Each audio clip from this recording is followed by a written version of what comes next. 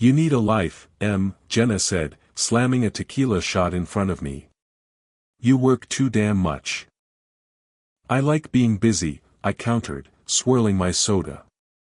Keeps me sane. She smirked. Sane is overrated. We joked for a bit about annoying customers, and eventually, I convinced her to call it an early night. I started the 10-minute walk to my apartment down a quiet, residential street. The summer air was oppressive, humid, the kind that makes your clothes cling tightly to your skin. As I walked, the familiar street felt suddenly wrong, prickling with a weird sensation, like someone was trailing me. But Norhaven wasn't a dangerous city, and I was used to ignoring my own paranoia. I should have listened that night. When I got home, the air felt colder than usual. I initially thought it was the blackout. Half the streetlights were dead, casting the sidewalk in deep, uneven shadows. My apartment felt too quiet, still in a way that screamed unnatural silence. I brushed it off.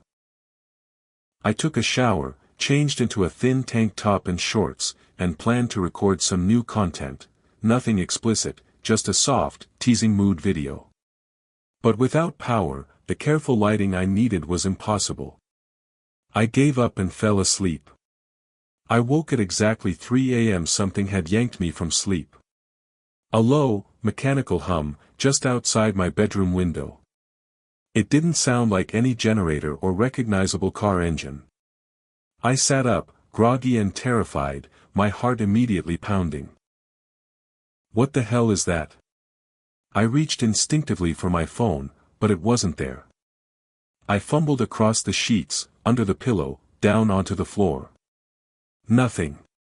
Confused and half asleep, I crouched at the side of the bed. Still nothing.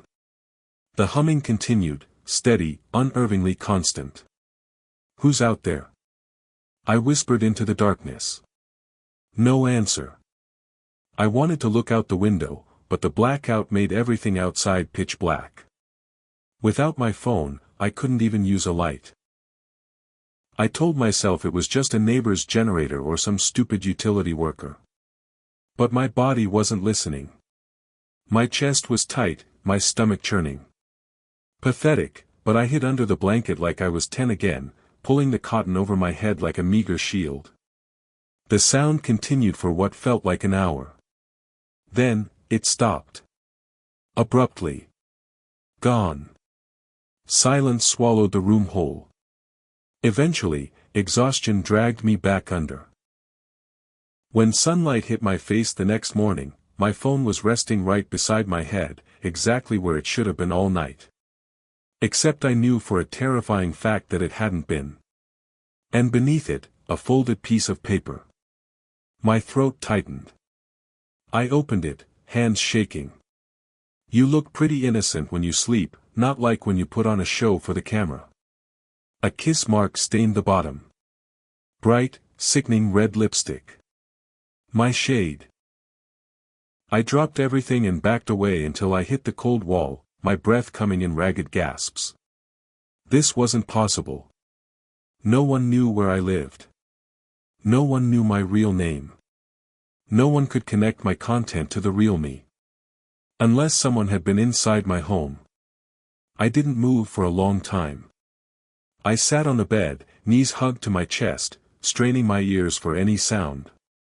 Eventually, I forced myself to check the apartment. The kitchen was fine. The bathroom was fine. The living room was fine, and the front door was still double-locked. Everything was physically normal, yet nothing felt normal. I called Jenna, my hands trembling. "Hey, you good?" she answered, sounding groggy. "Someone was in my apartment," I whispered. "Whoa, what? Did you get robbed?" "No. They left a note." "What kind of note?" I hesitated. There was no way to explain the note without revealing my online life. "It's complicated," I said. She kept pressing, but I shut down the conversation. I didn't want anyone knowing. Not yet. I considered the police. But what would I say?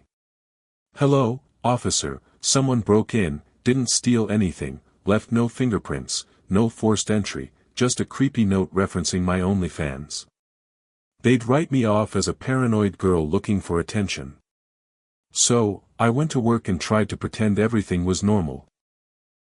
That night, though, I noticed the closet door had shifted a few inches from where I remembered leaving it. I didn't open it. I didn't breathe near it. I slept on the couch. 2 days later, a new message popped up on my adult platform account from a username I didn't recognize, Solace and Ruin. He had been following me for months, occasionally tipping small amounts, never communicating. But this message hit me like a blast of Arctic ice. You sleep peacefully. I like that about you. I froze. This could not be a coincidence. I wrote back carefully. I don't share personal info. Please keep things respectful. Within seconds, the reply came, I know. I've been watching long before you knew about me. My heartbeat was a hammer against my ribs. I blocked him instantly. But blocking only works when a person is safely behind a screen. 3 nights after receiving the note, I heard a new sound, a soft, internal click. Not from outside, but inside the apartment. My blood ran cold. I grabbed my phone, dialing emergency services, but the line wouldn't connect. At first, I blamed signal issues, until I realized my Wi-Fi was unplugged and the router cord had been cut clean through. I stepped back slowly. My bathroom door was closed. My closet door was closed. But the kitchen pantry door was cracked open. Too many places for something, or someone, to be hiding. Hello? I whispered. No answer. I backed toward the front door and gripped the handle. I tugged. It didn't budge. Locked. Deadbolt from the inside. Panic surged through me. I rushed to the window, but it wouldn't lift either. I pounded on the window, screaming for help. No one heard. My street was a ghost town at night. Then a door behind me clicked open. I spun around, my back slamming against the window frame, chest heaving. Please, I gasped. Just take whatever you want. A shadow moved. Footsteps, slow and deliberate. Then he stepped into the sliver of light cast by the street lamp outside. He wasn't old, maybe late 20s. Tall, at least 6'3", with dark, messy hair and a jagged scar slicing from his cheekbone to his jaw. He wore a ripped black hoodie and jeans stained with something dark. His eyes were disturbingly gentle at first glance, but utterly dead behind the softness. Morning, Angel, he murmured, voice low and casual. Or whatever time it is. You scream loud. Cute, but kind of pointless. My stomach flipped violently. He knew my username. He knew how I slept. He knew my lipstick. He had been in my house before, probably countless times. Who are you? I stammered. He smiled, a slow, infuriating gesture, as if I'd asked something deeply foolish. You know me, he said. Not this face, maybe. But you know me. I shook my head violently. No, I don't. Sure you do, he whispered. Solace and Ruin. My limbs went instantly numb. He stepped closer, fingers brushing my arm with unnatural softness. You gave me so much of yourself online, he continued. Your movements, your breath, your rhythm. You think I wouldn't recognize you walking down the street? You think I wouldn't know the body I've memorized? My voice was barely a working mechanism. You tracked me down. He tilted his head slightly. Tracked. Baby, you're not that hard to love. He used the word love like it wasn't poison. I don't know you, I murmured. But I know you, he countered. And honestly,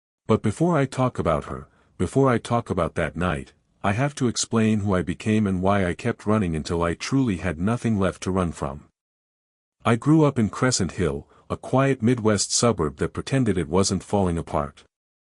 Everyone smiled too wide, prayed too loud, and drank too much behind their closed doors.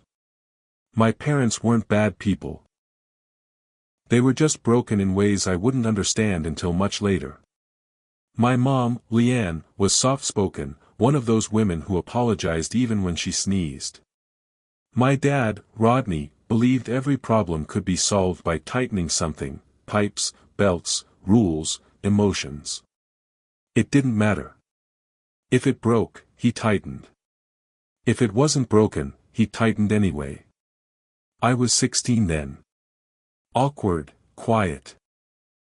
The kind of teenager who tries to blend into the walls, the kind who hangs out in the AV room at school just to avoid being seen. But she saw me. Her name was Rivka Hale. A girl with auburn hair, freckles scattered across her cheeks, and a stare that made you feel like she was seeing every single lie you'd ever tried to hide. She didn't walk into rooms, she arrived like a gust of cold wind that shoved everyone else aside. I met her at a fall festival downtown. She was standing by the pumpkin carving booth with a plastic knife in her hand and an expression that said she owned the whole damn street. "You look bored," she said. "I'm, not bored," I stuttered. "You're lying," she replied with a small, unsettling smirk. I like that. I should have walked away instantly. But toxic love never announces itself with warning signs. It starts with sparks. Rivka was fire. Beautiful, dangerous, warm when she wanted to be, scorching when she didn't. She texted me at all hours, "Hey, you awake? Come outside. I miss you. Why didn't you answer me? Don't ignore me." She would kiss me like she needed my air to survive, then push me away when I gave too much. She'd climb through my bedroom window at night, laughing as she kicked her muddy boots off, leaving footprints my mom never questioned. She had a way of making me feel like the only person who ever mattered in the universe, and 5 minutes later, a way of making me feel like the biggest disappointment she'd ever discovered. One moment, she'd whisper, "You're the only one who gets me." An hour later, she'd be screaming, "You don't even try to understand me, do you?" I stayed because when we were good, it felt like flying. But when we were bad, God, when we were bad, it felt like dying. Halloween, 2 years before everything burned down, was the first time I felt truly afraid of her. I remember it too clearly. I had dressed as a cheap radio host, thrifted blazer, fake mic. She went as a dark fairy, with wings she'd spray-painted herself and glitter smeared across her cheekbones. We met at the community center, the cheap DJ screaming music through speakers that kept cutting out. Halfway through the party, she leaned close and whispered, "Let's get out of here." Her breath was hot against my ear. I didn't hesitate. We walked to my house. The wind howled through the neighborhood, scattering plastic skeletons and paper ghosts across the lawns. My parents were out at a church event, something about hosting a safe alternative to trick-or-treating. When we stepped inside, the kitchen light flickered once, then stubbornly held steady. "Old wiring," I mumbled. Rivka grinned. "Feels haunted." She loved creepy things. Darkness excited her. Fear energized her. Looking back, I think she fed off chaos. We went upstairs to my room. She lit candles without asking, pushing the lamplight down. Then she kissed me harder than usual, like she was trying to consume me whole. Everything was heat, her hair against my cheeks, her hands gripping the back of my neck. And then she pulled back suddenly. Her eyes were glassy, distant. "You're going to leave me one day," she whispered. "What?" "No. You will. Guys always do. My dad did. My brother did. Even my mom, she left without leaving. Rivka. Hey, look at me. But she wasn't looking. She was spiraling. You're going to break me, she said. I can feel it. She shoved me. Not hard, but enough to make my breath hitch. Stop, I said softly. She laughed, a sharp, unsettling sound. You think you're the victim? Cute. I froze. That was the first time I had ever feared her. And that night, as she stormed out and slammed the door behind her, something in me cracked. When the porch light flickered twice behind her retreating figure, a chill crawled up my spine, a silent, internal warning. I stayed with her. Of course, I did. Love makes idiots out of smart people and fools out of cautious ones. We were constantly, violently on and off, breakups lasting a week, reunions fueled by tears and adrenaline. My parents hated her. My dad called her a storm in a girl's body. My mom whispered, "Sweetheart, she hurts you. That's not love." But I couldn't let go. And Rivka, she couldn't let go either, but not in a tender way. It was more like a trap. More like a tightening rope. It was the day before Halloween, the day the actual storm rolled in. I was 16 and stupidly desperate to impress her. She loved dramatic things, flashy things, moments nobody could forget. So when she joked about making my house do something crazy for Halloween, I took it too seriously. I snuck down to the basement. I opened the electrical panel. I messed with wires I didn't understand, thinking maybe the lights would flicker for effect, maybe the house would hum. Maybe she'd laugh and kiss me again and say, "You're not boring like everyone else." It was the single dumbest thing I have ever done. I didn't tell her. I didn't tell anyone. The rain started around 6 p.m. By 6:30, it was violent, sheets of water slapping the windows so hard it sounded like breaking glass. I was home alone when the lights began flickering, soft at first, like dying candles. My parents were in their usual spots. Dad shaving before his date night with Mom loading the washer. I sat on the couch, feet curled beneath me, watching a rerun of a late-night show. I didn't notice the flickering get worse until my body reacted before my brain did. The hair on my arms rose. A loud, static buzz filled the room. Then a blinding flash, a shattering boom. The house went instantly dark. Then the screaming started. Mom. Dad. My voice cracked on the second call. I felt the floor vibrate violently under me. The lights flickered back on, stuttering, seizing, and then the smell hit me. God, the smell, burnt plastic, hot metal, ozone. My stomach twisted into knots. I walked toward the kitchen first, and I froze mid-step. My mom lay collapsed near the freezer, her hand still touching the metal handle. Her skin was grayish, tight in places, melting in others. She didn't look like a person anymore. Mom. Mom. Mom. My voice broke until it wasn't even a voice. I ran to the bathroom next. Dad was slumped on the floor, razor still plugged in, blood mixing with water. The cut on his face was too deep, too jagged, as if he'd fallen mid-shave, and the electrical surge had done the rest. I couldn't breathe. I couldn't think. I couldn't understand. I called 911, my hand shaking so violently I almost dropped the phone. The detectives called it an electrical accident. Bad wiring, water intrusion, power surge, wrong place, wrong time. I nodded. I cried. I said I didn't understand how something like this could happen. But I did understand. I knew exactly what had happened. I caused it. My stupid, desperate attempt at impressing a girl. My childish need for attention. My insane hunger for her approval. My love killed my parents. I didn't tell a soul. Not then. Not ever. 3 months later, I packed my things and left Crescent Hill.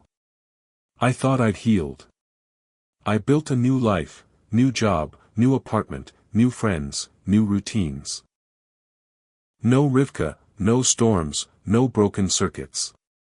But trauma has a way of cracking open again. This Halloween morning, the alarm jolted me awake like a slap. I hadn't set the special second alarm in years, the one I reserved for the days I never wanted to remember. When it rang again, the tone hit me like a memory I didn't consent to revisit. I groaned, rubbed my face, sat up, and froze. Someone was knocking on my door. 3 sharp knocks, then a soft voice cutting through the silence. I know you're awake. My blood turned to frost. I knew that voice. No, it wasn't possible. It couldn't be. I opened the door slowly, and there she was. Rivka Hale, 12 years older, but with the same wild eyes, the same unsettling smirk. Hey, stranger, she said, leaning against the frame as if she had never left. I couldn't speak. You look like you've seen a ghost, she teased. What are you doing here?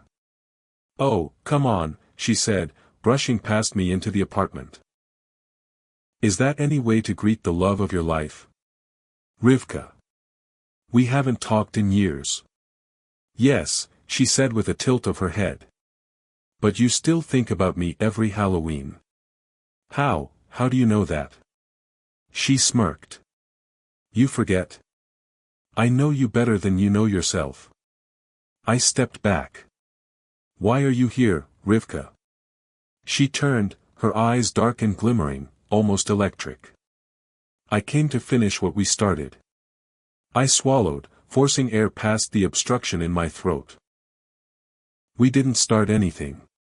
She laughed softly. Oh, sweetheart, you really don't get it, do you? She moved closer. You think I didn't know? She said, her voice dropping to a terrifying whisper. About the wires, about the breaker, about what you did. My heart stopped completely. No, Rivka, please. Shoo. She placed a finger on my mouth. Her skin was ice cold. You did it for me, she whispered. To impress me. To make the night special. My breath hitched and shook. I was a kid. I didn't know. You loved me, she smiled. And love is supposed to hurt. Stop, I whispered. She stepped even closer until her forehead touched mine. You killed for me, she breathed. And now I'm here to return the favor. A massive thunderclap boomed right outside.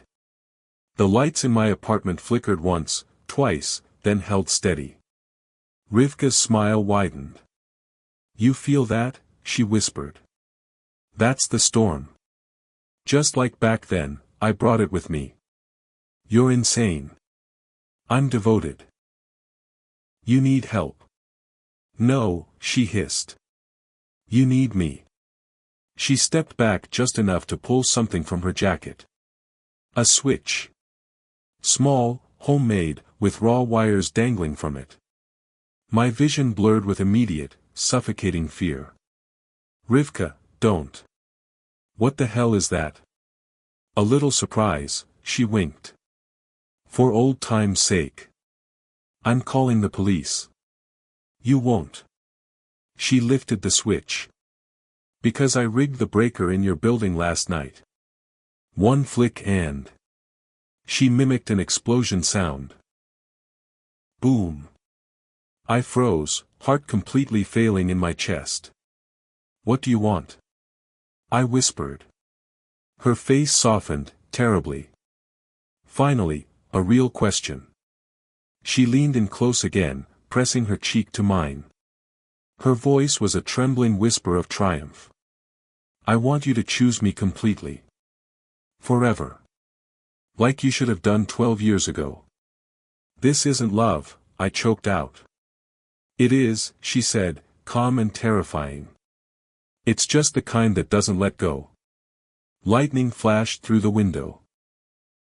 The apartment lights flickered violently.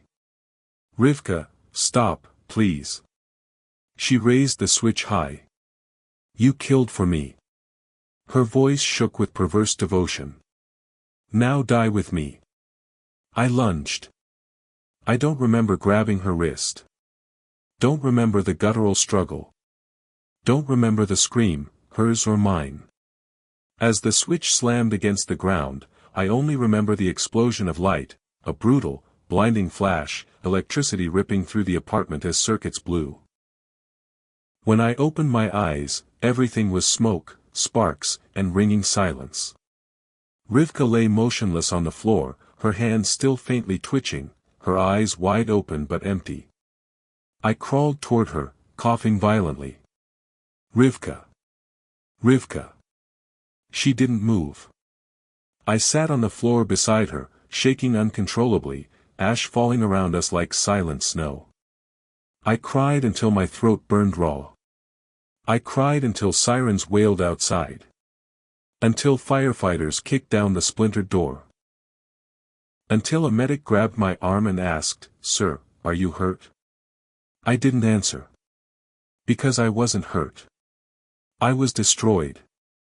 They ruled her death an accident.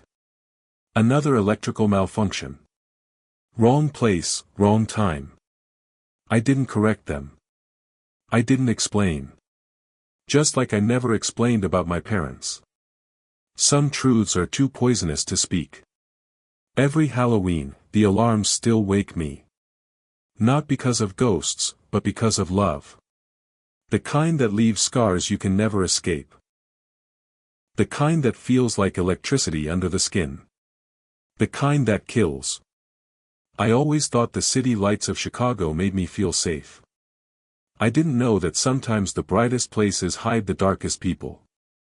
I was living in Jefferson Park, in a narrow brick apartment building wedged between a laundromat and a tax office that hadn't updated its neon sign since '97.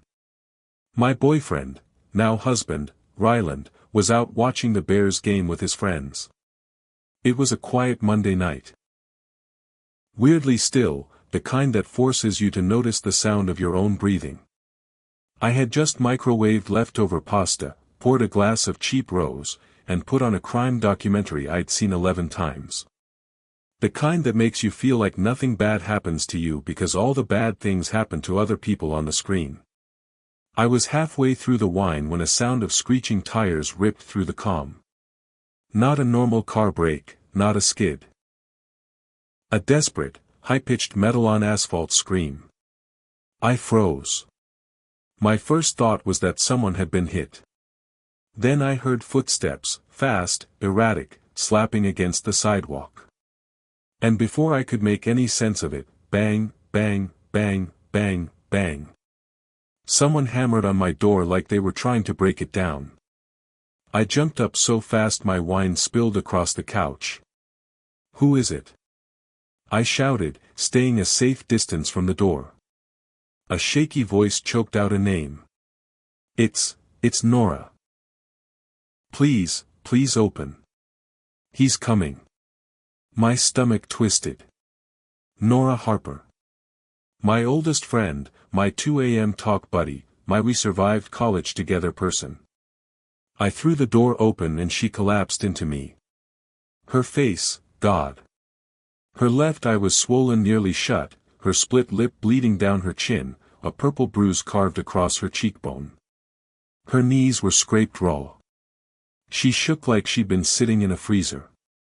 Oh my God, Nora. What happened to you? I caught her before she hit the floor. She slammed the door shut behind us and locked all 3 locks with trembling fingers. Then she leaned her forehead against the wood and whispered, "He followed me all the way here." Who? Who followed you? She didn't answer. Instead, she sprinted to my kitchen drawer and grabbed the largest knife she could find. I grabbed her wrist. Hey! Hey, stop! Talk to me. Call 911, she rasped. Now, please, before he gets here. Her voice wasn't just scared. It was absolutely terrified. I dialed 911 with shaking hands, but she snatched the phone from me, screaming into the receiver. "Send police. Please. He's coming. He's coming here. Trent Collins. He tried to kill me. I ran. I'm at 446. Please hurry." The operator tried to calm her, but Nora kept pacing, knife clutched in hand, breathing in sharp, panicked gasps. Pieces of the story finally fell out in between breaths. "I broke up with him months ago. He wouldn't let go. He stalked me. He hacked my social media. He kept showing up at my job. I filed a report. Nothing happened. He broke into my apartment tonight. He hit me, choked me, kept saying, 'If I can't have you, nobody can.'" She wiped fresh blood from her mouth. I pretended to pass out. I ran to my car. He chased me. And he followed me all the way here. Before I could respond, she froze mid-sentence. Her eyes went wide, and her entire body stiffened like ice. "He found me." I turned toward the window. Headlights flooded the block. A black Dodge Charger screeched to a stop, and a man unfolded himself from the car. Huge, shaved head, tattooed knuckles, shoulders that filled the entire frame of my window, his jaw clenched like someone seconds from exploding. "That's him," Nora whispered. That was Trent, her ex, her stalker, her nightmare. He stormed toward my building. I grabbed Nora. "Get away from the window. Get back." But before we could move, bang. Bang. Bang. Bang. Bang. He hammered my front door. "Nora. Open the goddamn door now." His voice boomed through the entire apartment. I held Nora behind me. She clung to my hoodie, her breath sharp and broken. "Police are coming," I shouted loud enough for him to hear. He laughed. He actually laughed. "You think cops scare me? I'm not leaving without her." He jiggled the door handle so violently I thought it would snap off. "Come on, baby. You know you're mine." Nora whimpered. Then he kicked the door. The entire frame shook. I stumbled backward with her as he kicked again, harder. My wall clock rattled. He was going to break in. I grabbed the pepper spray from my drawer, pulled Nora behind the couch, and whispered, "Stay low. Stay quiet." But Nora's breathing was too loud, too panicked. He kicked the door again. The wood cracked near the lock. I dialed 911 again. "Where are the officers?" I shouted. "He's breaking in." "They're 2 minutes away," the dispatcher said. He didn't have 2 minutes. I didn't have 2 minutes. Another kick, and the wood splintered near the deadbolt. Nora shrieked and covered her mouth. "Baby!" Trent roared. "Don't make this worse." He slammed his shoulder into the door. Then again. The lock bent inward. One more hit and he'd be inside my apartment. I looked around desperately. My only options: kitchen, back hallway, bathroom, bedroom window. Bedroom window. "Come on," I whispered. "We're climbing out." I grabbed Nora's hand and dragged her down the hallway as Trent screamed threats on the other side of the splintered door. We reached my bedroom. I shoved the window open. It led to a narrow fire escape above the alley. "Hurry, Nora, go." She crawled halfway out. Crash. The front door exploded inward. "Nora." His voice shook the whole apartment. "Go." I pushed her through the window. Footsteps thundered down the hallway. He was coming. I threw myself out after her just as Trent burst into the bedroom. His hand closed like an iron vice around my ankle. He yanked me back so hard my chin smacked the windowsill. I screamed and kicked, my heel smashing into his jaw. He roared in pain, released me, and I scrambled out onto the fire escape. "Nora, run!" I shouted. She was already half running, half falling down the rusted stairs. I followed her, scrambling after. Trent lunged out the window behind us. "You think you can hide from me?" He leapt onto the fire escape, the old metal groaning under his weight.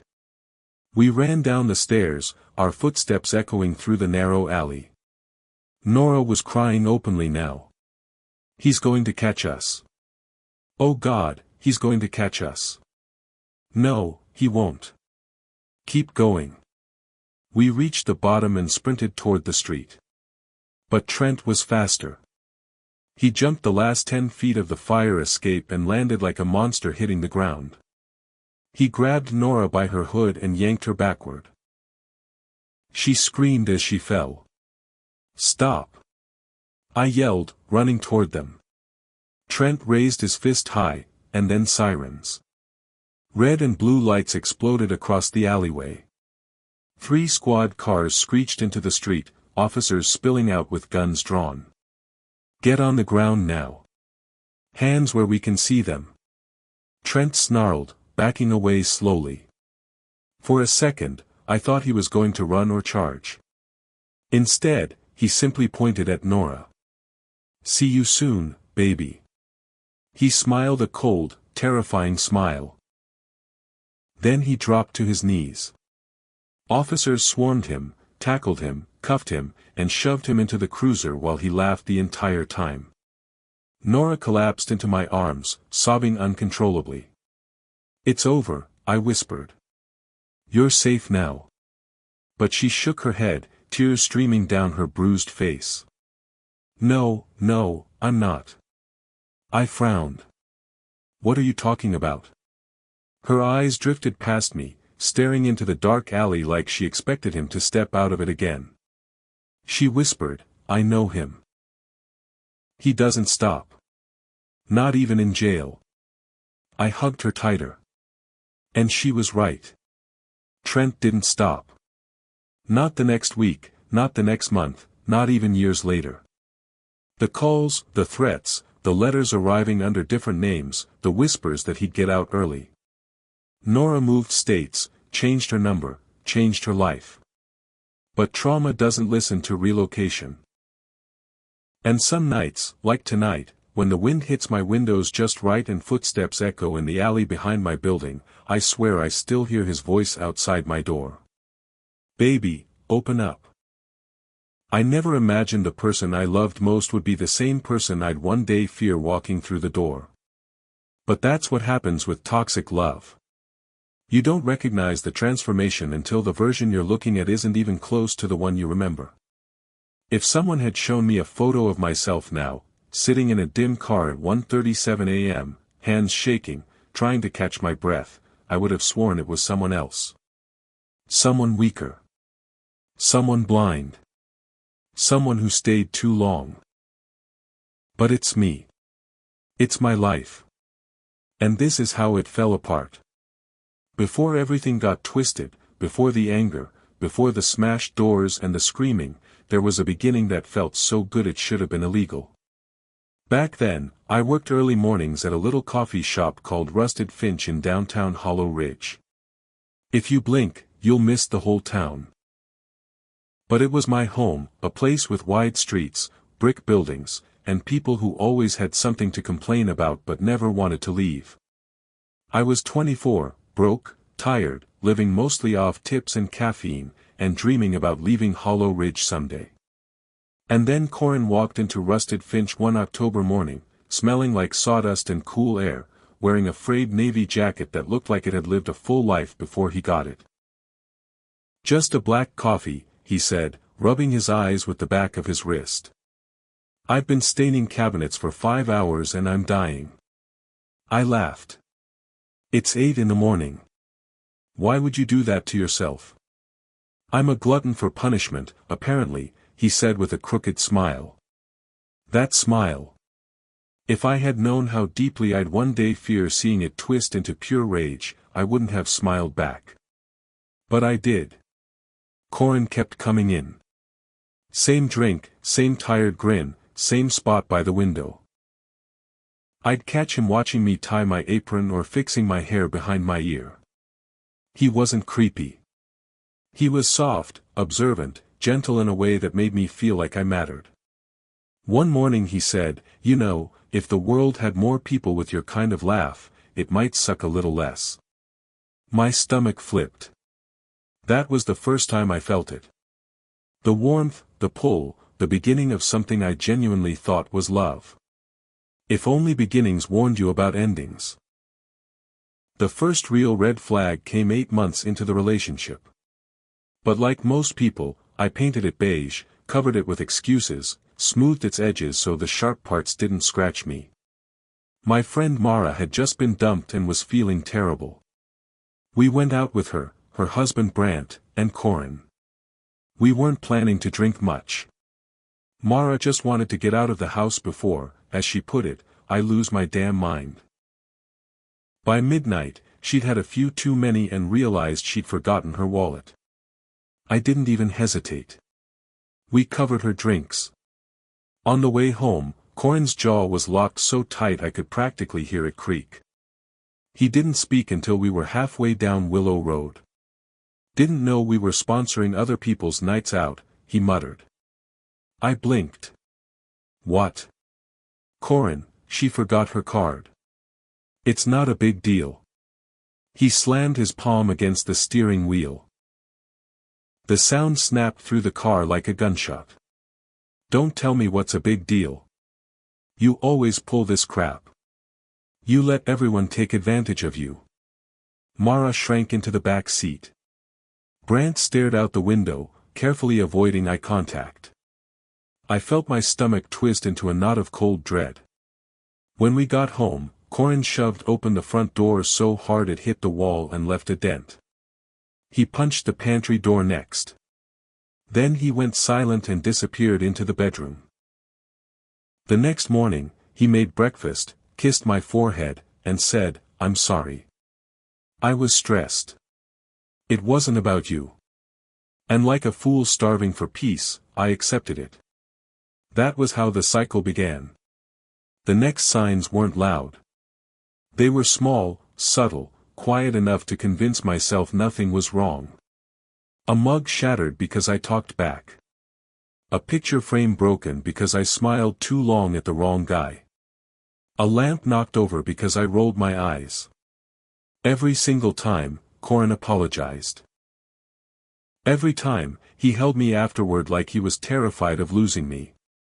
Every time he cried into my shoulder and said he needed me.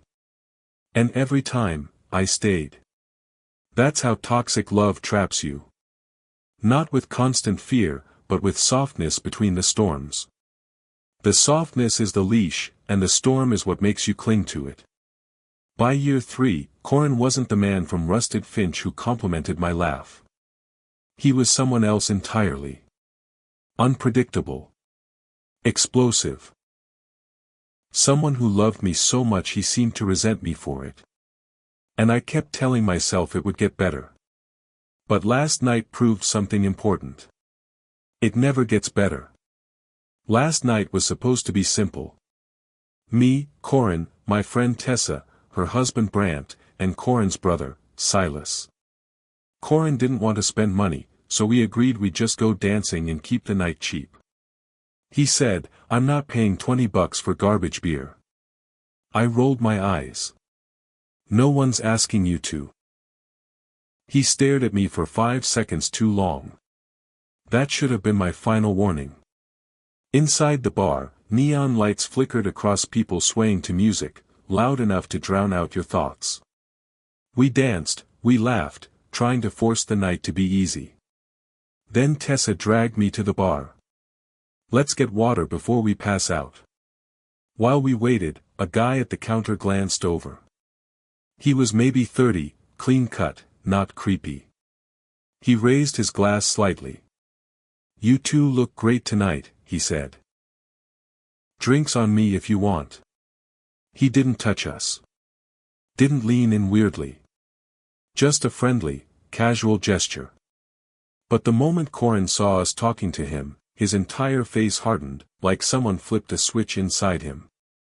He stormed over, grabbed my wrist, and hissed in my ear. We're leaving now. What? Why? I asked. You know exactly why, he snapped. Tessa lifted her hands. Corin, relax. Nobody's. Shut the hell up. He snapped at her, pointing aggressively. Don't act like you weren't trying to hook her up. I'm not stupid. People around us turned to stare. Humiliation burned hot up my neck. Corin yanked me toward the exit. Silas trailed behind us, looking utterly defeated. Bro, come on. This is too much. Corin didn't listen. He shoved us all into the car. Then he sped onto the highway, flooring the gas pedal until the speedometer hit 95 miles per hour. Corin, slow down. I screamed. Tessa was crying. Brant yelled at him to stop. Silas grabbed the wheel once to correct the car, but Corin only shouted louder, You will not humiliate me. Do you hear me? You don't ever disrespect me in front of people. When we screeched into our driveway, he jumped out. He pointed a shaking finger in Tessa's face. You betrayed me. You tried to embarrass me. You're a snake. Then he stomped down the street and took a taxi somewhere we didn't know. And just like that, the night shattered. He texted me once. Just once. Corvin, you caused everything. You disrespected me. You deserved it. I stared at that message until my vision blurred. And for the first time in 3 years, the guilt didn't win. Instead, something much heavier settled in my chest. Truth. I realized that if Silas hadn't grabbed the wheel, maybe none of us would have made it home. If Tessa had been sitting in my place last night, screaming at him, she might not be alive right now. Corin didn't just have a temper. He was dangerous. Uncontrolled. Explosive. The kind of man who would rather terrify me than let himself feel insecure. No apology could fix that. No amount of love could excuse that. No fear could justify staying. But the truth hurts worse when you can't afford to act on it. Rent was too high. My savings were too low. I didn't have family to go to. My friends had families, responsibilities, kids. I felt completely trapped. And toxic love thrives on your lack of options. Tonight, after hours of replaying everything, I walked around the apartment and touched the things he had broken over the years. Silent markers of every moment. I convinced myself it wasn't that bad. The dent in the hallway baseboard. The cracked tile. The splintered door frame. The picture frame he shattered the night he screamed, "You don't listen." Every mark told a story. Every story pointed to one terrifying truth. If I stayed, one day, I wouldn't be as lucky as last night. So, I did something terrifying. Something my past self wouldn't recognize. I packed a backpack. Just one. Clothes, wallet, my ID. The photograph of my mother. Then I texted Tessa. Me. Can I stay with you even just tonight? Tessa replied instantly, yes, right now. Get here, please. I locked the apartment door, walked to my car, sat behind the wheel, and for the first time in 3 years, I felt air fill my lungs completely. Not fear, not guilt, not dread, just breathing. Just freedom. Just the first step out of hell. It wasn't a clean ending. It wasn't perfect. But it was real. And real is enough.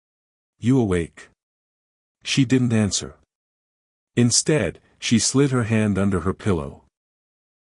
My brain didn't even process what was happening until she pulled out something metallic. A kitchen knife.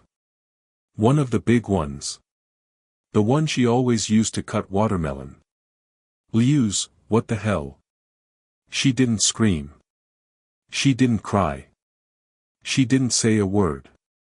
She just lunged. I jerked sideways and fell off the bed, landing hard on my shoulder, the shock rattling my teeth. My phone was still in my hand. Thank God.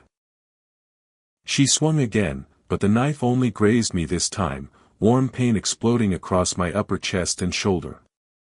"Liuz, stop!" I yelled, backing away on my hands and knees. Her hair covered half her face. Her eyes looked wild, but lost, like she wasn't fully there. But there was something else, too. Regret, fear, hatred. I still don't know. She didn't chase me. She just stood there at the edge of the bed as I scrambled out of the room. I ran barefoot outside, chest burning, blood dripping down my front. I stood in the middle of the street, heart pounding so hard it shook my ribs. Cranebrook was dead quiet at that hour. Porch lights glowed, a dog barked far away, the faint rustle of trees. I dialed 911 with shaking hands. "Emergency services. What's your situation?" My girlfriend, she tried to stab me. She's inside. She has a knife. Please, please." The operator kept telling me to breathe. But how the hell do you breathe when the person you love just tried to put a knife in your chest? I touched my shirt and felt warmth, sticky, thick. I looked down and saw a dark patch growing over the fabric. I felt dizzy. My legs wobbled. My vision blurred. And somehow I still said, "Please go easy on her. Something's wrong with her. She wasn't herself. Please don't hurt her." Even bleeding out, I was still protecting her. That's toxic love in its purest form. 2 patrol cars came first, then an ambulance. The medics helped me onto the stretcher. The moment they pressed a gauze pad onto the wound, the real pain hit me. Sharp, burning, like fire ripping beneath my skin. I swear I nearly blacked out. One of the EMTs said, "Sir, stay with me." "Hey, look at me. What's your name?" "Jace," I muttered. "All right, Jace, we're going to take care of you. You're safe now." Safe? Was I? Because my heart felt like it had been ripped open, stitched together wrong, and left trembling. Meanwhile, officers rushed into our house. I heard shouting, feet pounding up the stairs, doors slamming open, then quiet. They found her sitting on the bed, knife on the floor, hands covering her mouth, crying so hard she could barely breathe. When they led her out in handcuffs, she didn't look at me. Maybe she couldn't. I got stitched up, 7 stitches across my shoulder. They said I was lucky. If the knife had gone half an inch deeper, they didn't finish the sentence. I already knew. I would have been dead. I've been sitting here for hours. The hospital smells like antiseptic and cold floors. A monitor beeps somewhere down the hall. A security guard is nodding off by the entrance. Every time I close my eyes, I see her face, her hand under the pillow, the glint of the blade. Was she going to kill me? Or was she scared of something? Was it a mental break? Was it me? Was it her past? I don't know. But I know this, I love her and I'm terrified of her. Both truths can exist at once. The police asked me earlier, did she have any history of violence? I said no. But that wasn't true. Not entirely. There was the night she smashed a glass in the sink because I laughed at a TikTok she thought was stupid. There was the night she grabbed my wrist so hard it left fingerprints because I said I needed space. There was the night she cried on the kitchen floor for 2 hours because I didn't say I love you before leaving for work. She wasn't evil. She wasn't cruel. She was wounded, deeply, painfully. Her father had abandoned her at 14.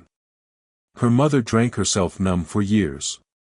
Her last boyfriend cheated on her 3 times and told her she was emotionally too much. So, she clung to me like I was her oxygen. And I let her, because I thought love meant never letting go. A detective finally came in, middle-aged guy with tired eyes, named Officer Grant. "Jace," he said softly.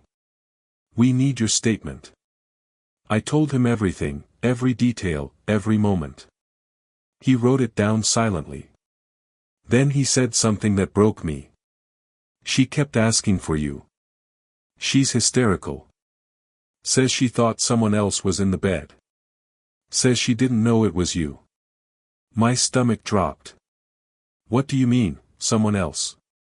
"She said she saw a shadow lying next to her. She thought someone broke in. She panicked. So, she wasn't trying to kill me." He hesitated. "We don't know. But she's not stable right now. That much is clear." Once they discharged me, I walked outside into the late morning sunlight. Everything looked too bright, too normal, too peaceful, like the world didn't realize it had ended for me last night. My house stood there in the distance, quiet, still ordinary. But I couldn't walk toward it. My legs wouldn't move because I could still see the moment the knife flashed. I could still hear her ragged breathing. I could still feel the betrayal scraping against my ribs. The truth I didn't want was this: love isn't always warm. Sometimes it's a cage lined with soft blankets. Sometimes it's a hand on your cheek and a knife behind your ribs. Sometimes it's a person who loves you so deeply they can't tell the difference between holding you close and holding you hostage. I know Liu's loved me. I know she never meant to become this person. But intent doesn't erase scars. And I have one now, stitched across my shoulder. Permanent, physical proof of where love can lead when it goes unchecked, untreated, unspoken. Tonight changed my life. Tonight changed hers, too. I don't know what happens next. I don't know if she gets help. I don't know if I can ever sleep without flinching again. But I do know one thing. This was the closest I've ever been to dying. Not at the hands of an enemy, but at the hands of someone I would have died for. That's what makes it hurt the most. I didn't realize how fast a home can stop feeling like a home until the night someone you love decides you don't deserve air. The winter storms had just started rolling through Northridge, Michigan, and I was exhausted from my holiday shifts at the store. I'd tossed my jacket onto the couch, kicked off my shoes, and collapsed in front of the space heater with a cup of cheap hot chocolate. My phone buzzed on the coffee table. Just one little notification. But that single buzz cracked my entire life open. It was my Instagram archive, an old video of me laughing with my childhood friend Lauren at a summer lake party. I had archived it months ago after my boyfriend Cade said it made me look way too available. I didn't repost it. I didn't touch it. It just reappeared, some glitch. But Cade didn't think so. He walked in without knocking. He had a key. And back then, I still thought that meant trust. The door swung open and slammed into the stopper. "What the hell is this?" he demanded, holding up his phone like a cop flashing a warrant. I blinked, confused. "What? This video?" He shoved it toward me. "You posting this again now? The week before Christmas? You think I'm stupid?" "It's archived, Cade. I didn't post anything. It glitched. People said Instagram does that sometimes." "Bullshit," he muttered, jaw tightening. "Why is he touching your waist? Why are you smiling like that? You trying to get guys hyped up for the holidays? What are you even talking about? I laughed nervously. Wrong move. His face twisted instantly. Oh, you think this is funny, he said, stepping closer. No, Cade. I'm just saying it's not a big deal. It is to me, he snapped. I stood up, raising both hands. Please don't do this tonight. I'm tired. Just sit. We can talk. But his voice shot up like a crack in the ice. Don't you fucking tell me to sit. He grabbed my wrist so hard I felt the bones grind. Cade, stop, please. He shoved me backward, and I hit the wall beside the heater. The thud rattled the vent. Why are you always lying to me? He demanded. I'm not lying. You think I'm stupid enough to believe this was a glitch? Guys don't just touch girls like that unless something was going on. It was 6 years ago. I yelled. We were kids. Kids, he repeated mockingly, and something snapped behind his eyes. He grabbed my throat. Not hard at first, just a warning. But then he squeezed harder. Harder. Cade, stop, please. I can't. Say you're sorry, he hissed. What? For what? I didn't. His fingers tightened like a clamp. My vision pulsed. I clawed at his arm. Cade, please. I can't breathe. He shoved me again, and I smacked the floor, my head connecting briefly with the baseboard. A bright flash tore across my vision. I gasped, choking. Cade. I screamed. Stop. But he was already on me again. This time, both hands wrapped around my neck. And all I could think was, this is how people die in stupid apartments in quiet towns. My last sight before everything blacked out was the flickering Christmas lights across the room. The ones he insisted we put up together. Then nothing. Just a pit of black. I was on my back. No concept of time. No idea how I got from standing to the cold wooden floor. And Cade was crouched over me, taking a picture. The shutter sound was quiet, but it felt like a bullet. You look real peaceful when you're not running your mouth, he said coldly. I don't remember him doing it. My memory cuts clean, standing, then on the floor. When I tried to sit up, my head spun like a loose wheel. You done? He asked. Or you want to keep pissing me off? Cade, you strangled me. You always exaggerate everything. I blacked out. You passed out, he corrected, shrugging. Don't be dramatic. My hands shook. My chest felt like it was collapsing inward. The fear wasn't immediate. It was delayed, like my body needed a minute to register that I was still alive. Cade, leave, I whispered. He laughed, not loudly, but in a way that felt like he was laughing inside my skull. This is my place, too, he said.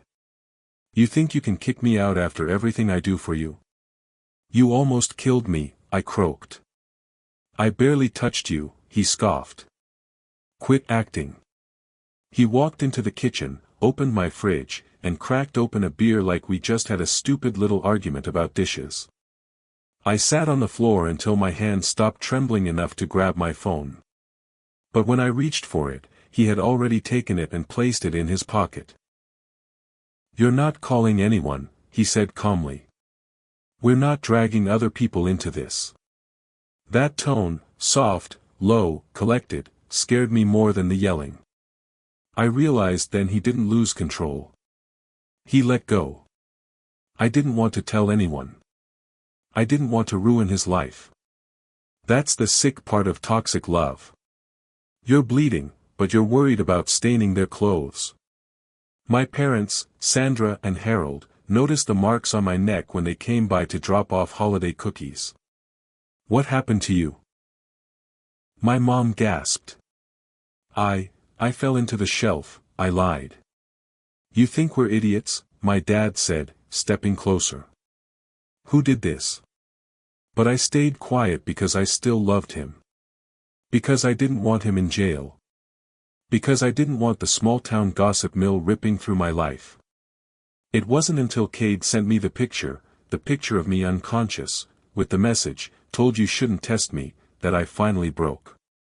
I showed my mom. She went white. My dad grabbed his coat and wanted to drive straight to Cade's apartment. It took both me and my mother to stop him. We need the police, my mom whispered. This is not normal. This is not love. I don't want to, I said, crying. He'll hate me. He could have killed you, she choked. But I still hesitated. Love turns your brain into wet cement. Everything gets stuck. My mom finally called the police herself. Deputy Collins took photos of my neck and bruises. He looked at me for a long moment and said, you know, most people we bring in for strangulation don't come in twice. They either leave or they die the second time. That sentence cracked something in me. They arrested Cade. He was out the same day, bonded out like nothing happened. And the moment I heard it, fear replaced guilt, because now I knew I would have to see him in court for the restraining order hearing. I would have to look at the man who held my life in his hands. And I didn't think I could survive that. Every night after his arrest, I woke up to phantom hands around my throat. I'd jump awake gasping, clawing at my own skin, convinced he was in the room. I slept with the lights on. I slept with the door locked, a chair under the knob. I slept on the couch some nights because my bedroom felt unsafe. Even then, the nightmares came. In one dream, he lifted me off the ground by my throat like I weighed nothing. In another, he whispered in my ear, calm and slow, I'm not done with you. I woke shaking, chest burning, unable to breathe. When the day came, I sat outside the courtroom, arms wrapped around myself, rocking slightly. My mom held my hand. You don't have to speak, she said gently. The judge read everything. I don't want to see him, I whispered. Mom, I can't. You're safe, she said. But even she didn't sound convinced. When they opened the doors, I saw him. Clean-shaven, new jacket, smirking like he was proud. I froze in place. His eyes locked on mine, and I could see it. That same cold, controlled cruelty. He mouthed something. I couldn't hear it, but I knew what he said. I've seen that expression enough. You're going to pay for this. I panicked. My chest seized. I grabbed my mom's arm and whispered, I can't go in there. I can't. I can't breathe. Mom, I can't do it. The bailiff saw me spiraling and guided us back into the hallway. You okay, sweetheart? She asked. No, I whispered. Please don't make me go in there. My legs felt like they were filled with cement. The judge granted the peace order, but fear doesn't follow court dates. Fear follows memory. Some nights I swear I hear footsteps outside my door. Sometimes a car slows down a little too long near my building. Once I found a cigarette burn on my doorframe, but I don't know if it's him. Trauma makes shadows violent. I don't feel much these days. Nothing deep, just flashes of panic, moments of numbness, nightmares that feel too real. But I do know one thing. Whatever my future holds, I can't go through another courtroom. And I never want to face him again. I survived once. I don't know if I would survive twice. I never thought love could feel like both a home and a threat at the same time. If you had asked me 2 years ago what the word toxic meant, I probably would have said something simple. Bad vibes, bad communication, maybe cheating.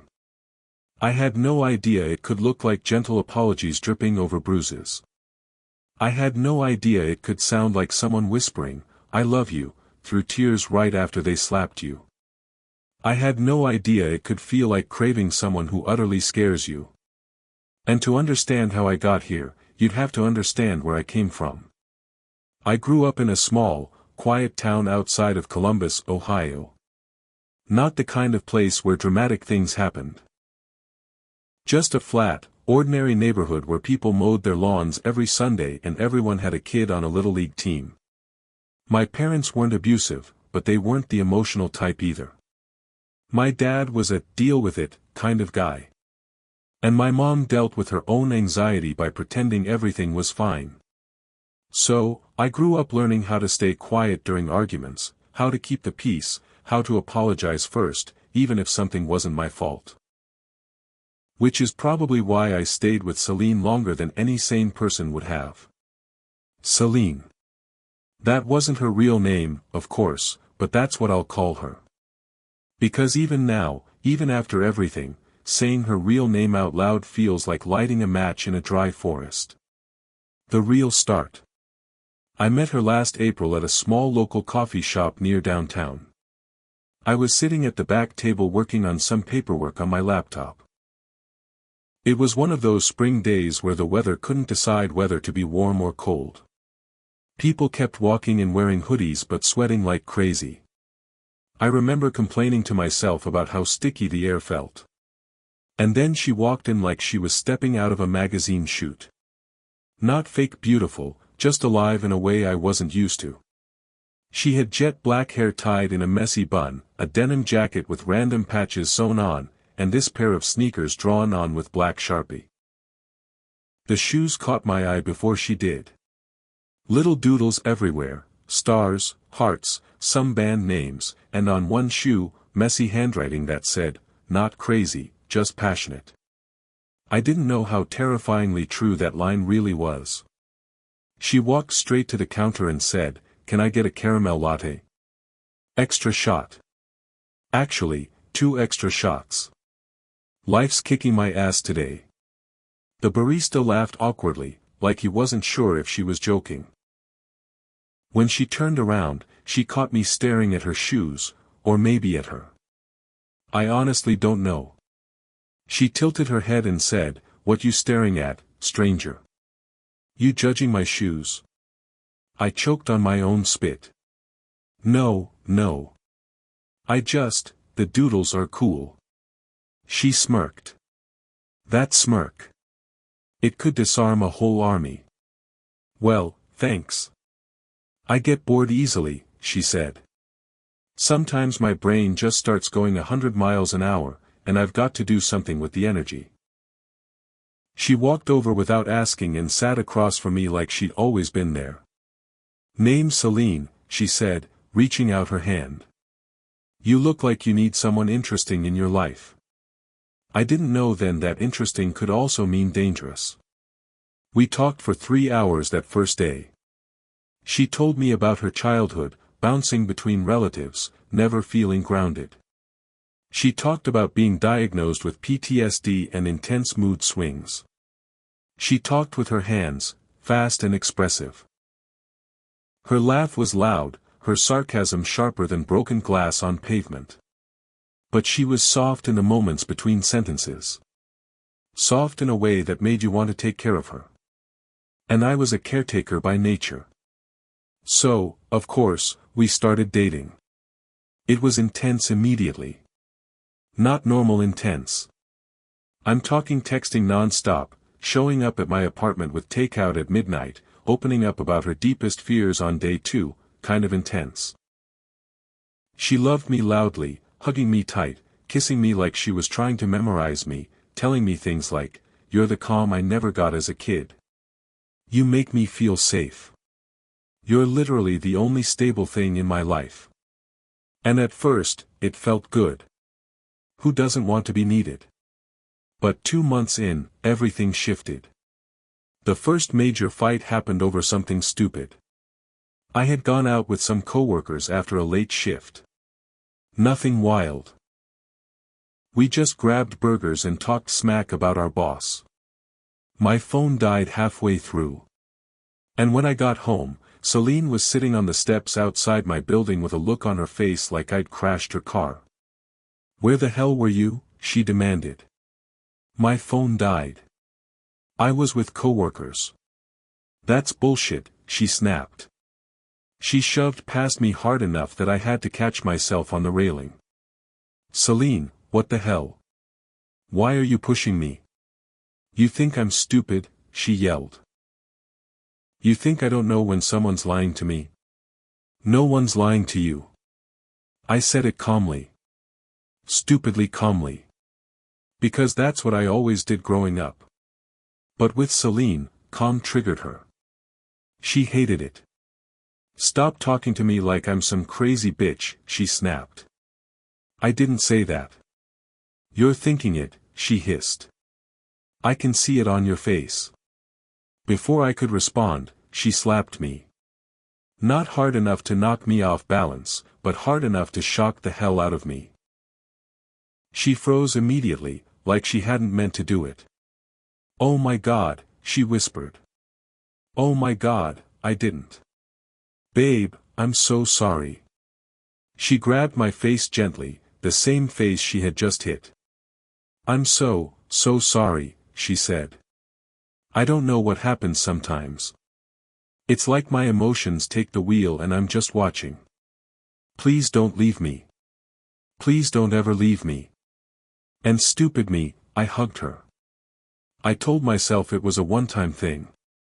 I told myself she was just stressed. I told myself people slip up. But somewhere deep inside, I knew this wasn't the last time she'd lose control. The fights became a pattern. If she got jealous, she shoved me.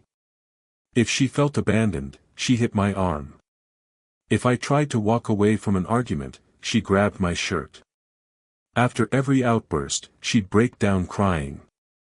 "No one ever taught me how to calm down," she'd sob. "I'm trying. I swear I'm trying." And she was trying. She really was.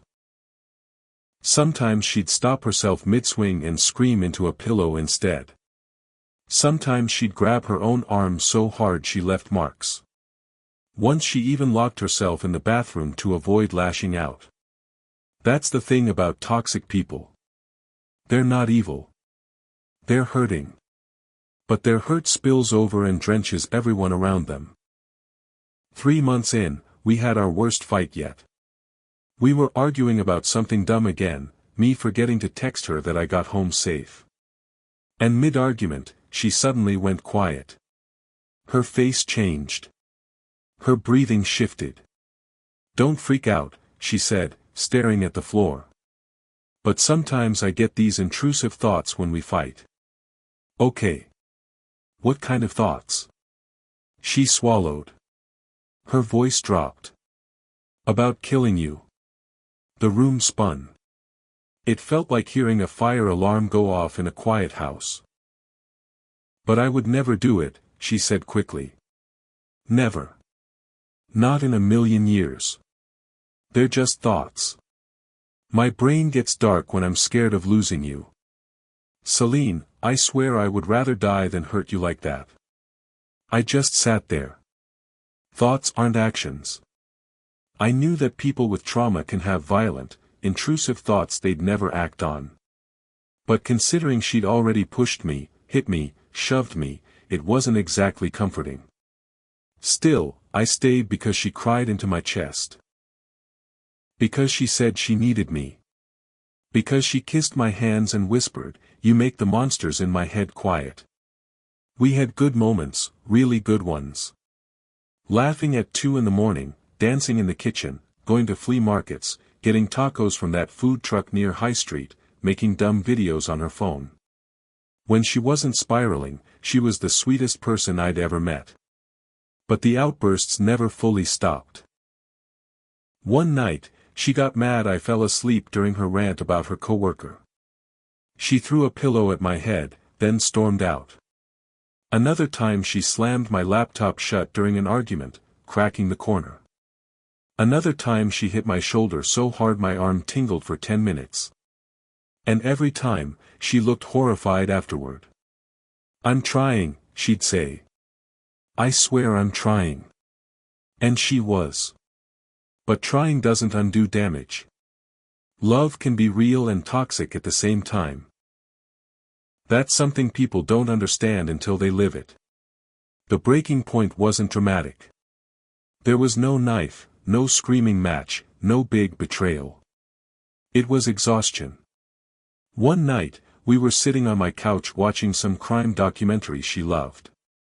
She was leaning against me, head on my chest, her fingers drawing circles on my arm. Out of nowhere, she said quietly, "Do you ever think I'm dangerous?" I hesitated, and that hesitation told her everything. She pulled away, her eyes filling with tears. Not angry tears this time, but the deep, wounded kind. "You're scared of me," she whispered. "No, I'm." "Don't lie, please." "Not tonight." She stood up, pacing the room. "I love you more than anything," she said. "But I can't be someone you flinch around.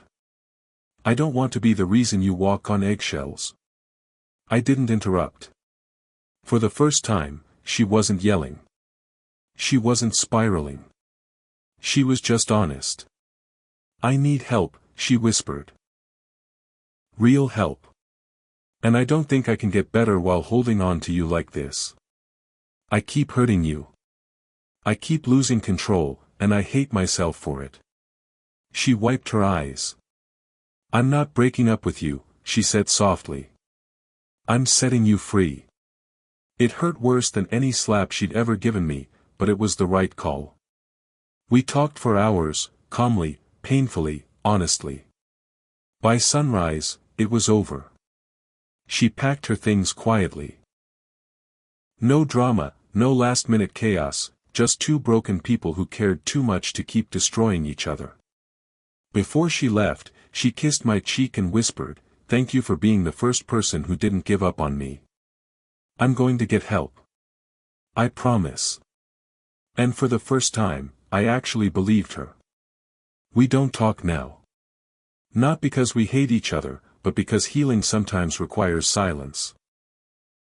I heard through mutual friends that she started therapy, joined a support group, and even stopped drinking during bad days. She's working on herself for real this time. And me, I'm learning that love shouldn't hurt. Not like that. I still think about her sometimes. Her laugh, her doodled sneakers, the way she whispered apologies like prayers. I still wonder what we could have been if pain didn't bleed through her body like electricity. But some love stories aren't meant to last. Some are meant to teach.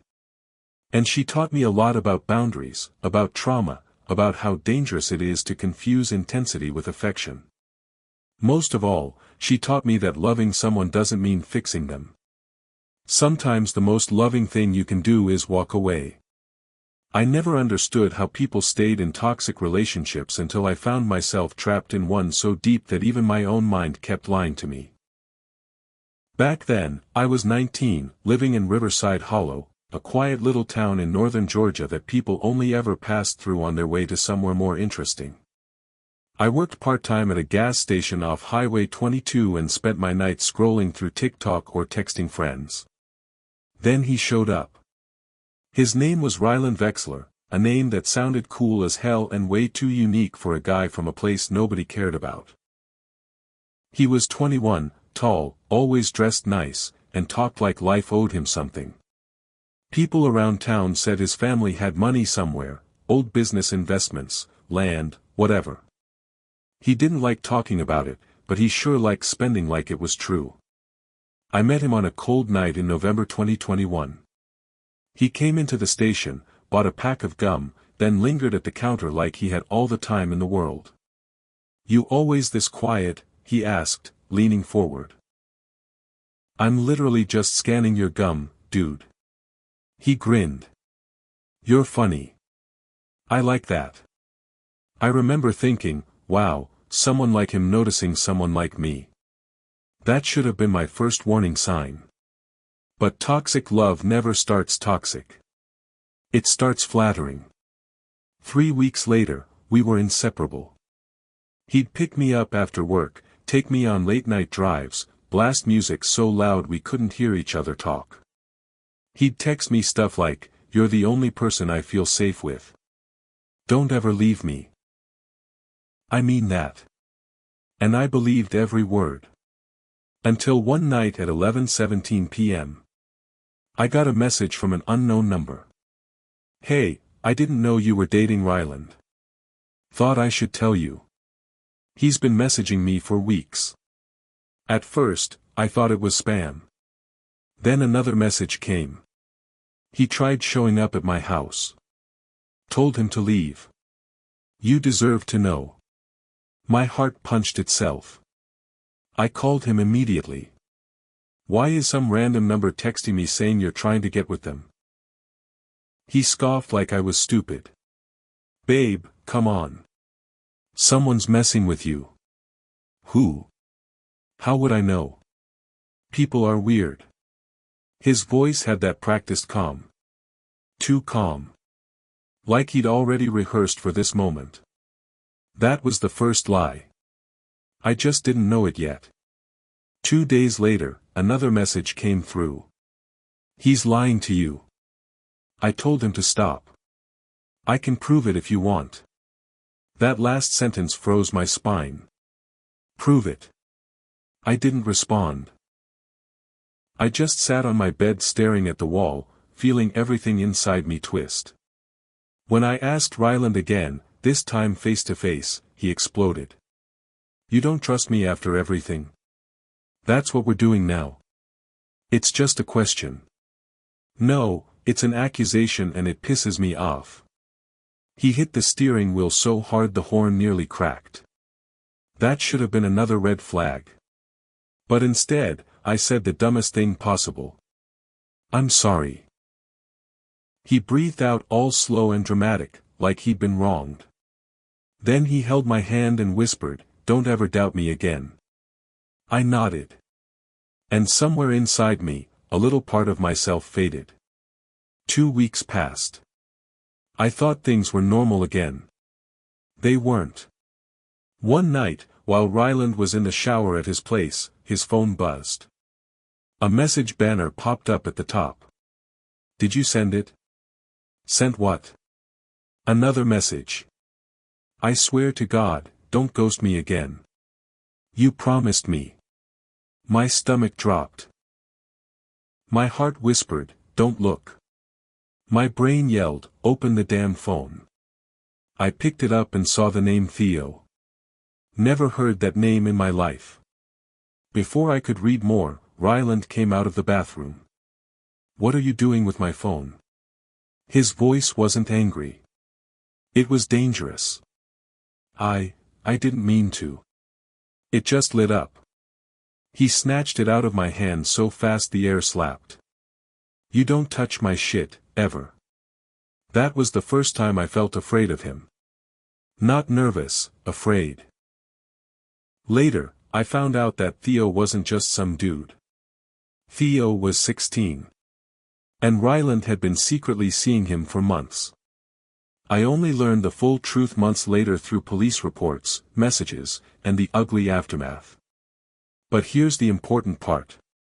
Theo had found out about me, and he wasn't quiet about it. He messaged Ryland. "You can't play both sides. Tell her or I will." Ryland panicked. And then things got even darker. Theo had screenshots, messages, photos. Proof of everything Ryland wanted buried. He sent him a threat, "If you lie again, I'll post everything." Ryland begged him not to. And then he started paying him. First $60, then $120, then $300. Within a month, he sent Theo over $2,000. He never told me any of this. Instead, he kept treating me like I was the problem. The night everything snapped was December 19th, a freezing Monday night. I was closing up the gas station when Ryland texted, "Can you come outside real quick? Need to talk." I stepped out and saw him leaning against his car, hands shaking like he'd been awake for days. "You good?" I asked. No. Not even close. He paced. He kept checking the dark edges of the parking lot. Okay, what's going on? He swallowed hard. If anyone asks, I was with you tonight. I blinked. Why? What happened? Just say it, please. Ryland, what did you do? He looked at me, eyes cold, something broken behind them. I handled something. Someone. That's all you need to know. My blood iced. What the hell does handled mean? He stepped closer. It means you don't ask questions if you love me. I took a step back. Ryland, what did you do to Theo? He didn't answer. He didn't have to. The silence said everything. The next morning, news broke. A 16-year-old boy found in the woods outside Briar Creek. Severe head trauma. No sign of life. Investigation underway. I felt the world tilt. That night, my phone buzzed. Ryland, don't talk to anybody. Not cops, not your friends, nobody. Then another. If I go down, I'm taking you with me. 2 days later, police knocked on my door. Ma'am, we're looking for Ryland Vexler. Do you know where he is? No, I whispered, even though I just received a message from him, I need you. Answer.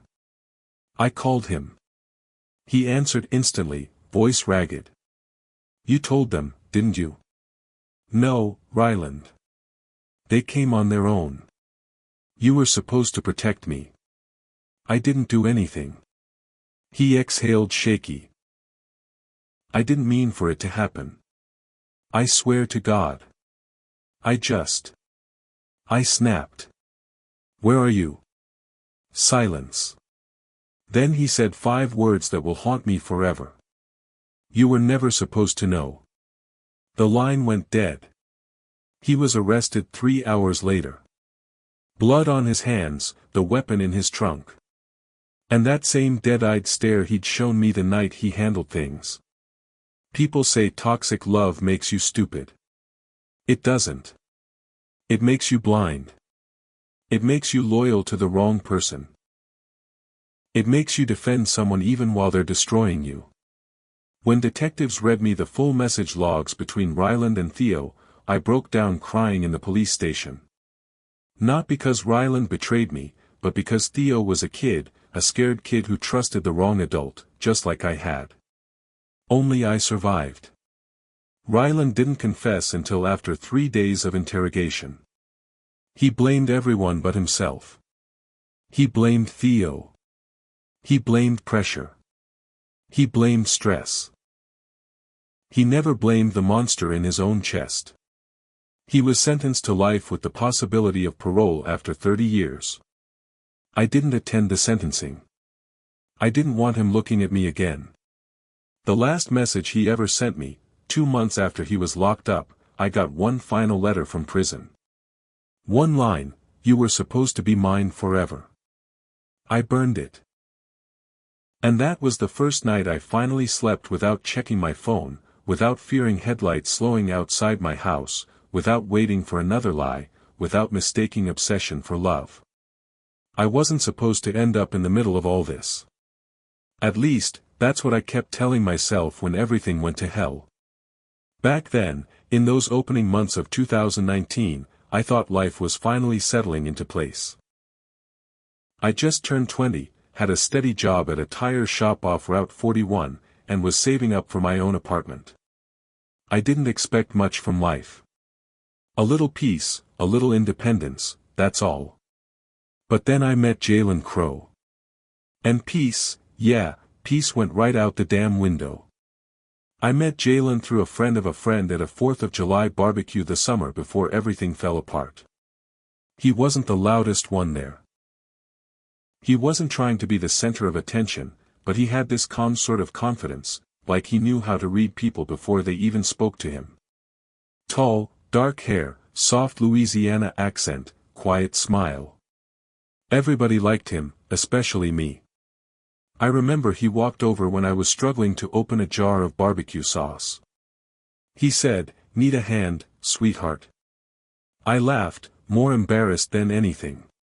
"Yeah, go ahead before I break the damn counter." He popped it open like it was nothing and said, "You owe me a plate for that." Simple, normal, harmless. We talked for hours about everything. His old high school days. His little sister he practically raised. The way he wanted to get certified as a crane operator because it paid real money, as he put it. My friends kept giving me that look, you know, that girl, he likes you look, and I didn't mind it. For a while, Jalen felt like the first good thing to happen in a long time. But good things don't last when someone's carrying storms inside them. For the first few months, we were inseparable. He'd swing by my job on lunch break just to say hi. He'd bring me iced coffee. He'd sit in my car with me after closing, the two of us talking until the streetlights flickered on. He wasn't perfect. Sometimes he'd get irritated over small stuff, like me not texting back fast enough or my guy coworkers joking with me, but he always apologized. Always. "I'm sorry, babe. I just get in my own head. I don't want to lose you." He looked so sincere when he said it, and I believed him. When fall came, things got more serious. My mom adored him. My brothers thought he was cool. Even my boss liked him and offered to help him find work. He'd come help me feed my 2 dogs, sit on the porch talking to my mom like she'd birthed him. Everyone saw the charming side. No one saw the other side. Not yet. The first real fight happened on a Thursday night. We were driving back from the store and I told him I needed to go home early because I had work in the morning. He said, "You don't want to stay over?" "Not tonight," I replied. "I'm exhausted." He went quiet. Cold quiet. Then he muttered, "You always pull away when things get good." "What, Jalen?" "I'm tired." It's always some excuse. He tapped the steering wheel. "You don't act this way with your friends." I remember staring at him confused. "Why are you mad right now?" He didn't answer. He just drove faster. I should have known then, but I brushed it off. Everyone has bad moods, right? A few days later, he apologized again. Flowers, long texts, the whole 9 yards. And just like always, I let it go. By December, our relationship was deeper than either of us had planned. Life came at us fast. Too fast. I found out I was pregnant. When I told him, he sat on my bed staring at the wall like he couldn't breathe. Then after a minute, he grabbed my hand and whispered, "We're going to make it work. I swear to God, we will." I cried. He cried. For a little while, we were okay again. He got a job at a construction yard and started talking about saving for a place. I moved back in with my mom so we could save money. We planned names. We cut back on eating out. We even started a baby journal. Then the stress came, and the arguments, and the jealousy.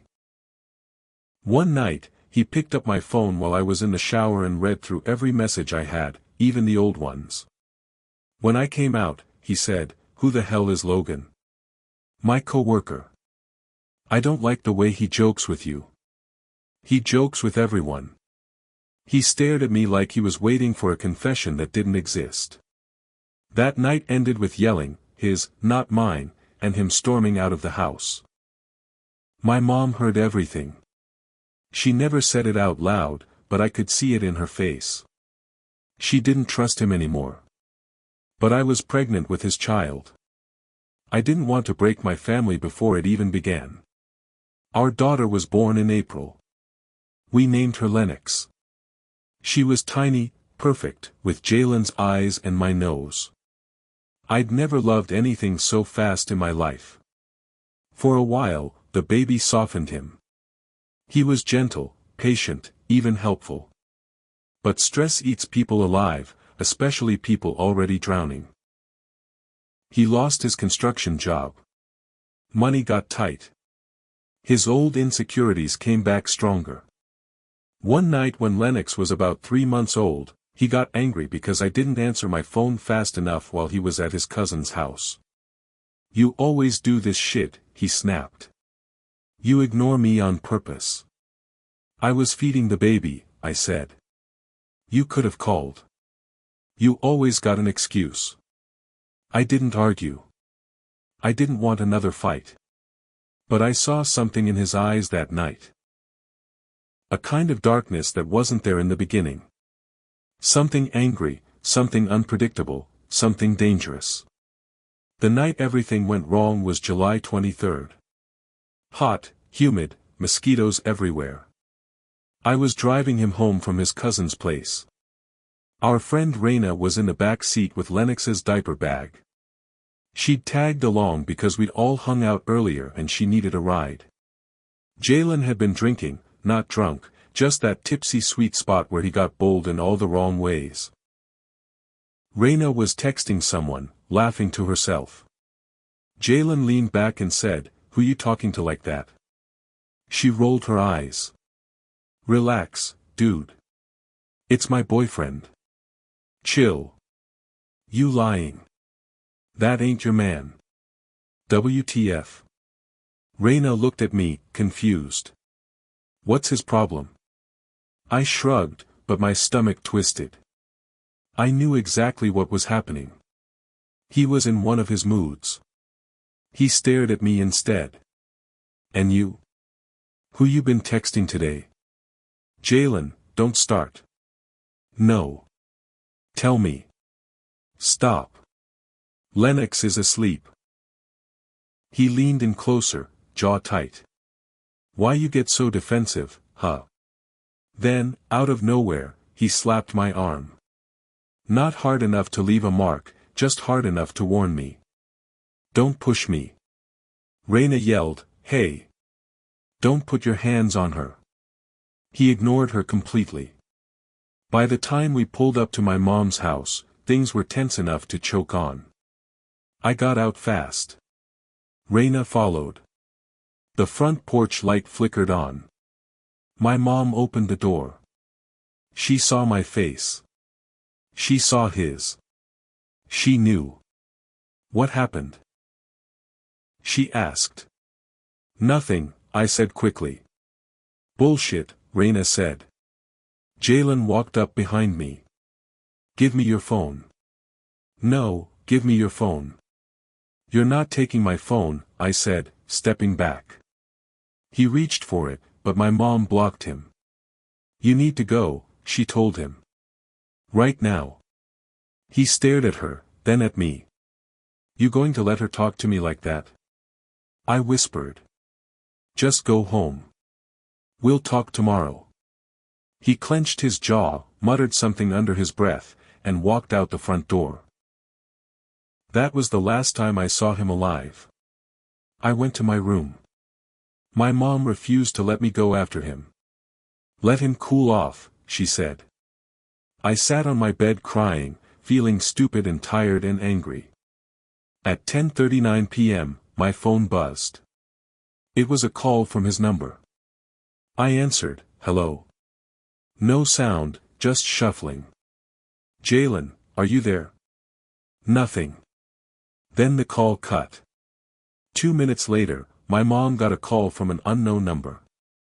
She answered and immediately froze. "What did you say?" she asked, voice shaking. I could hear a faint voice through the speaker, someone yelling. Then the call ended. Before we could even understand what was happening, bright red and blue lights started flashing through the living room window.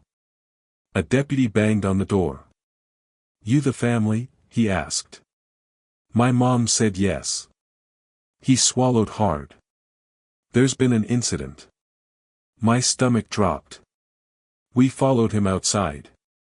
Jalen was lying near the big oak tree beside the ditch across the road, not moving. A belt was around his neck. My knees buckled. Raina screamed. My mom grabbed my arm so hard it bruised. What happened? I cried.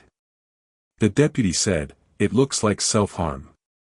That was the moment something inside me snapped. "No," I whispered. "No, he wouldn't.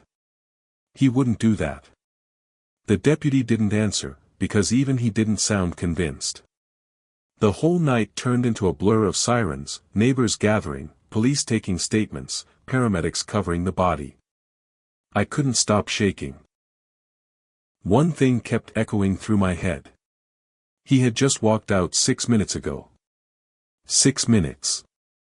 6 minutes wasn't enough time for him to walk down the yard, break down emotionally, take off his belt, and, no, it didn't make sense. Raina kept saying it over and over. He was mad, sure, but suicide? Nah, that man loved that baby. My mom agreed. I don't buy this for a damn second. But the sheriff's office insisted it wasn't homicide. They said there were no signs of struggle. They said the timeline was clear. They said the situation was unfortunate but straightforward. Except it wasn't. Our neighbor, Mr. Fetterman, told police he heard yelling, 3 voices, before everything got quiet. He said he heard something like a truck revving loud and violent, then stopping suddenly. Police wrote it down, but they never followed up. Another neighbor said she saw a tall man in dark clothes walking toward the ditch minutes before the deputies arrived.